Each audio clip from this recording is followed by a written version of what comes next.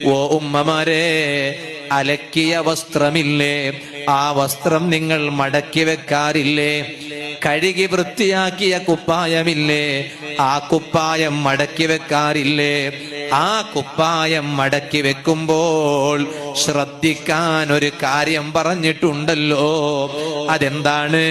വയംബഗി ത്വയ്യുസ്സിയാബി ബിസ്മില്ലാഹി തആല.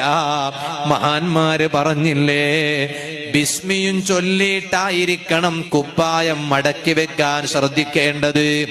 ഞാൻ എന്റെ വേല കേൾക്കുന്ന ഉമ്മമാരോട് പറയട്ടെ, സഹോദരിമാരോട് പറയട്ടെ, ആ അലക്കിയ വൃത്തിയാക്കി വെച്ച വസ്ത്രം അത് നമ്മൾ മടക്കി എടുത്തു വെക്കുമ്പോൾ, അത് മടക്കുമ്പോൾ ബിസ്മി ചൊല്ലാൻ മറന്നു പോകരുത്.